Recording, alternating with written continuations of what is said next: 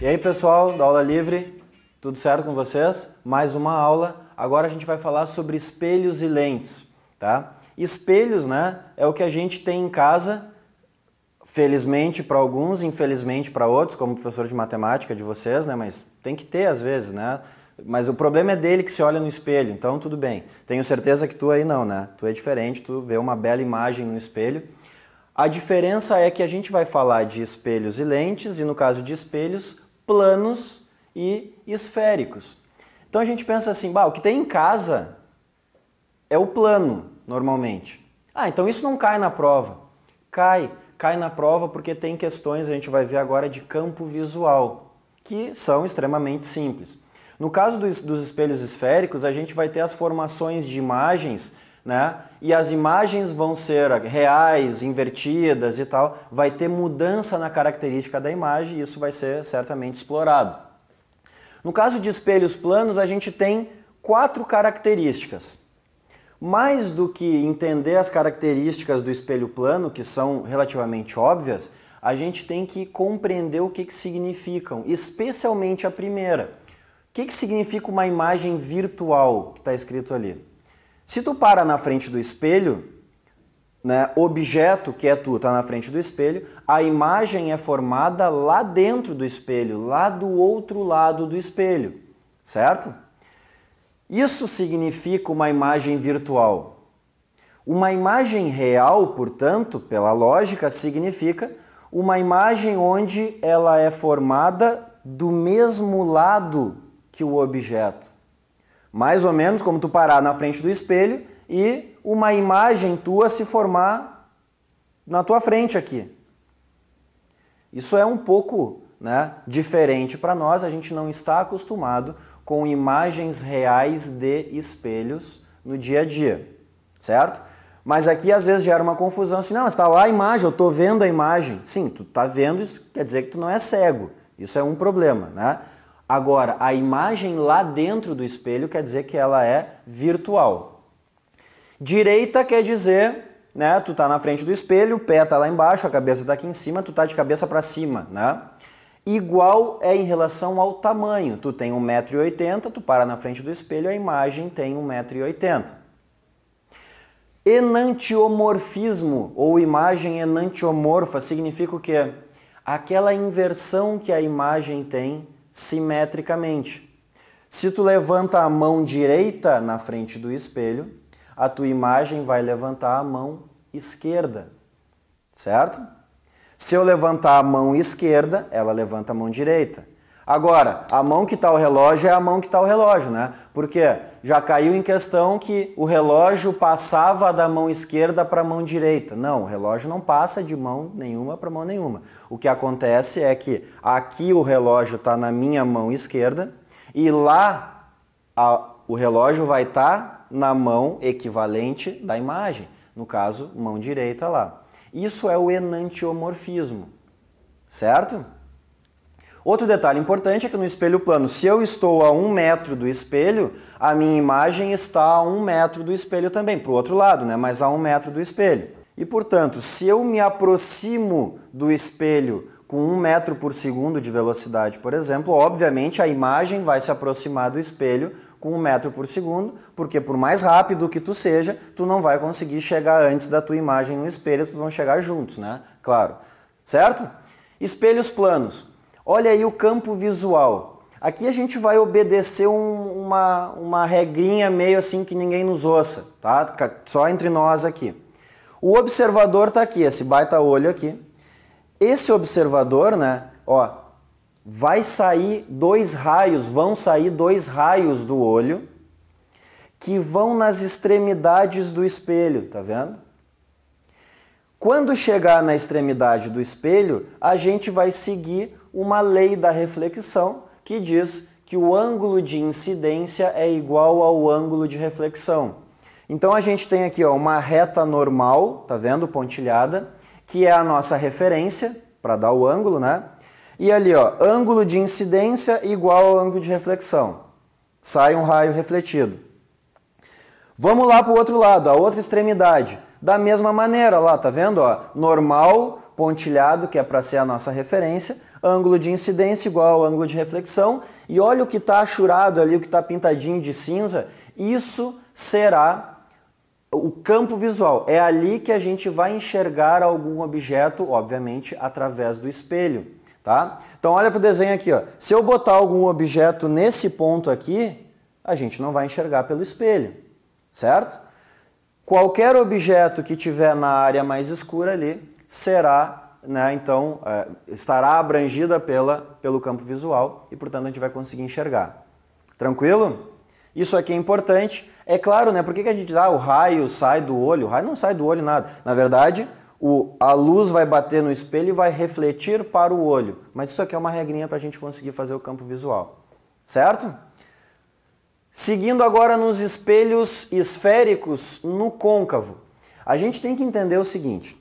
Em um espelho côncavo, um espelho esférico, a gente vai ter dois pontos importantes, que são centro de curvatura e foco, onde o centro é justamente 2 vezes a distância do foco. Tá? Se o foco é 5 centímetros, o centro de curvatura é 10. Se a gente tem 2 pontos de referência, a gente vai poder colocar o objeto em 5 posições diferentes, que sejam antes do centro de curvatura, em cima do centro de curvatura, entre centro e foco, no foco e entre foco e espelho. Se eu tenho 5 posições diferentes, eu vou ter 5 tipos de imagens formadas, certo? E é importantíssimo tu conseguir associar posição do objeto com o tipo de imagem formada. Olha aqui o desenho então. Se a gente coloca o objeto, eu preferia a mulher melancia aqui, mas não sei quem foi que fez esses slides aqui, né? Foi tu que fez o slide? É? Tá. Ó, se coloca o objeto antes do centro de curvatura, talvez não coubesse na televisão daí também. Bom, enfim. Ó, tu vai formar uma imagem através de 2 raios. Vai o raio, bate no espelho e ele vai convergir por cima do foco. Raio 1. O outro raio vai fazer o contrário, ele vai passar pelo foco, reflete no espelho e vem paralelo. Onde os raios se encontram, forma a cabeça da imagem, certo? Então olha ali, ó. O que acontece? Primeiro, objeto e imagem estão do mesmo lado do espelho, ao contrário do espelho plano, lembra? Então isso aqui é uma imagem real. Invertida está na cara, né? Está de cabeça para baixo. Maior, menor ou igual, a gente pode ver pelo desenho que a imagem fica reduzida. Outra coisa importante é, olha só, a gente está com o objeto antes do centro de curvatura e a imagem se forma entre foco e centro, mais próxima do espelho, portanto. Porque quer ver o que vai acontecer no segundo caso já? Ó? Quando a gente colocar o objeto mais próximo do espelho, olha o que aconteceu com a imagem. A imagem já se afastou. Quer ver? Eu vou adiante e já volto. Coloquei o objeto mais próximo ainda. Olha a imagem. Está se afastando. Tranquilo? Conforme eu vou aproximando o objeto, a imagem vai se afastando e crescendo, né? Vamos voltar ali para o segundo caso. Então, o segundo caso, objeto em cima do centro. Vão os 2 raios aqueles de novo. Eu vou usar aquele que passa pelo foco e vou usar um outro, ó, que é um que vai lá no vértice e reflete. Se a gente observar aqui, ó, ângulo de incidência igual ao ângulo de reflexão também. Imagem real ou virtual? Mesmo lado do espelho, real. Invertida, está na cara. Igual tamanho. A imagem tem o mesmo tamanho que o objeto. Cresceu, portanto. E sob o centro de curvatura. Esse é o único caso onde objeto e imagem estão superpostos. Tranquilo? Na mesma posição, só que um virado para cima e um virado para baixo. Beleza. Terceiro caso.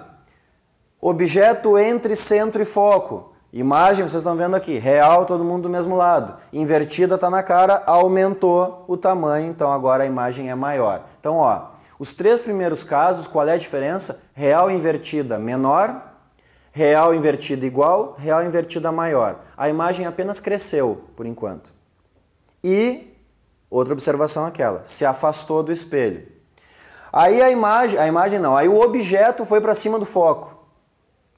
E se vocês olharem os raios refletidos, eles são paralelos.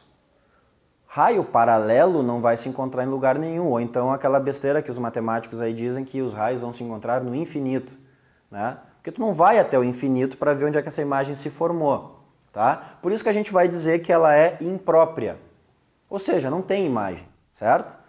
Então, esse aí é o quarto caso. E aí no quinto caso muda tudo, porque olha aqui, ó, no quinto caso o objeto está entre o foco e o vértice, então vamos acompanhar os raios, ó. Bate no espelho, vem no foco, como a gente usou sempre. Vai no vértice e reflete, com ângulo de incidência igual ao de reflexão. Para o lado de cá do espelho, eles não vão se encontrar, né?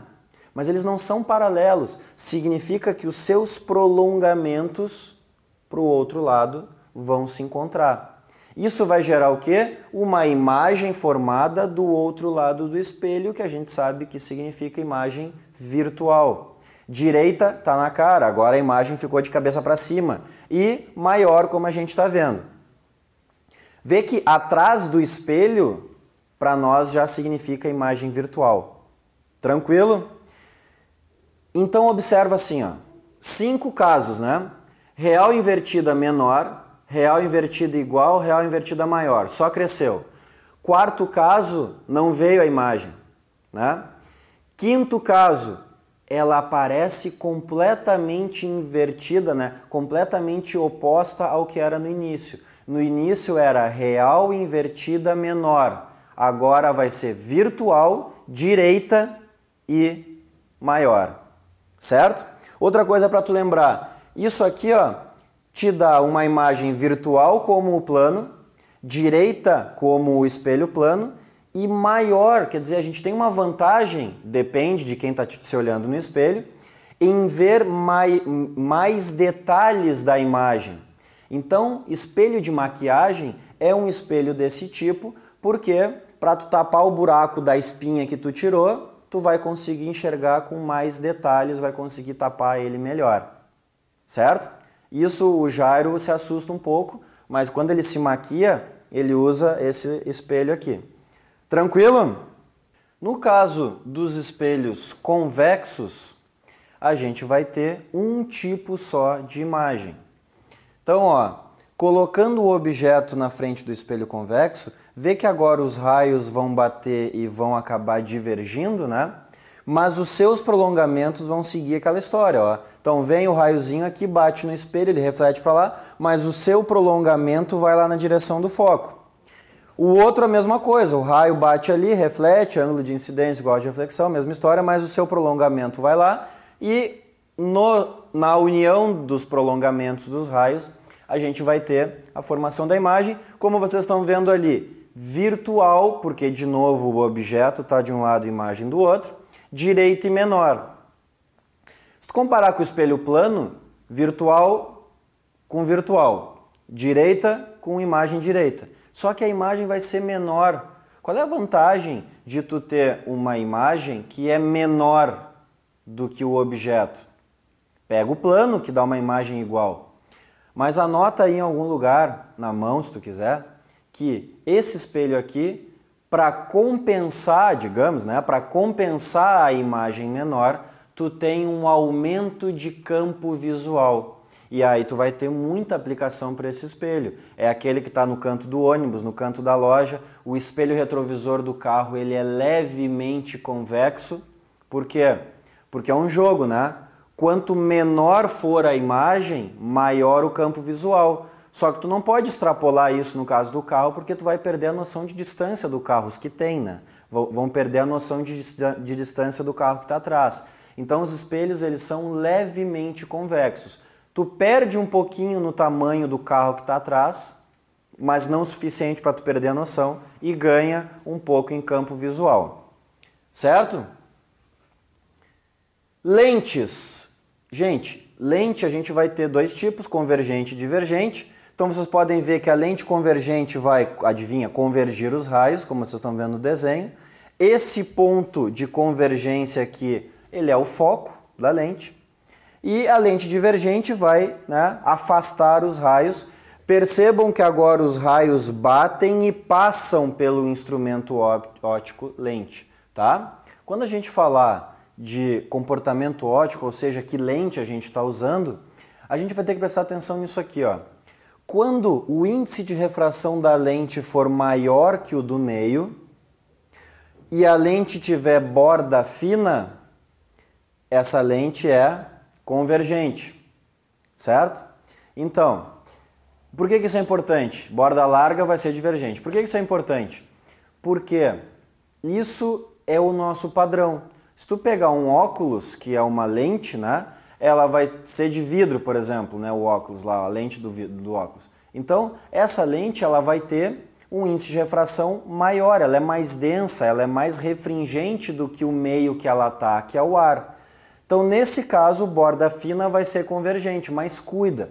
Se inverter isso, ou seja, se o índice de refração do meio for maior que o da lente, de alguma maneira que ele inventar na prova lá, muda essa referência. Então guarda lá que borda fina é convergente, normalmente, porque se ele mudar essa situação ali, muda também a nossa referência, certo? Nas construções gráficas, a gente vai entender da seguinte maneira. Quando a gente tinha espelho côncavo, a gente tinha 5 tipos de imagens. Agora a gente vai ter os mesmos 5 tipos de imagens quando a gente falar da lente convergente. Da mesma maneira, a gente vai ter 2 pontos importantes, o foco e o que para nós vai ser o centro de curvatura, de maneira que ao colocar o objeto antes do centro de curvatura, a imagem vai ser, como a gente está vendo aqui, real, invertida e menor. Da mesma maneira que o espelho. Mas olha, do objeto tem os 2 raios e esses raios vão passar pelo objeto lente, pelo instrumento óptico, porque é refração aqui. Quando passar, passa e vai para o foco. E o outro raio que ia no meio do espelho e voltava, agora vai no meio da lente e vai passar. Da mesma maneira, onde se encontrarem os raios, lá está a cabeça da imagem. Então vê, qual é a única diferença, aqui na formação das imagens, entre espelho e lente? Espelho, objeto e imagem do mesmo lado, imagem real. Lente, objeto de um lado, imagem do outro, é que te dá a imagem real, certo? Por quê? Porque um é reflexão, bate e volta o raio, e no outro é refração, o raio bate e vai e passa, certo? A única diferença, porque vê, se tu colocar o objeto em cima do centro de curvatura, a imagem vai ser real invertida igual. Entre centro e foco, real invertida maior. Em cima do foco da lente, não tem imagem, imagem imprópria.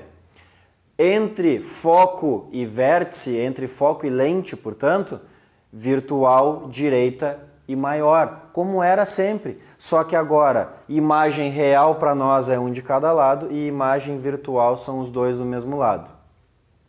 Tranquilo? Nesse caso aqui, a gente tem como exemplo a máquina fotográfica, né, que o objeto a ser fotografado está aqui e lá onde está a imagem é onde está o filme, né, da máquina, aquelas mais antigas, mas mais importante do que isso aqui é o nosso olho. O nosso olho possui uma lente convergente, né, que fica aqui, que é o cristalino.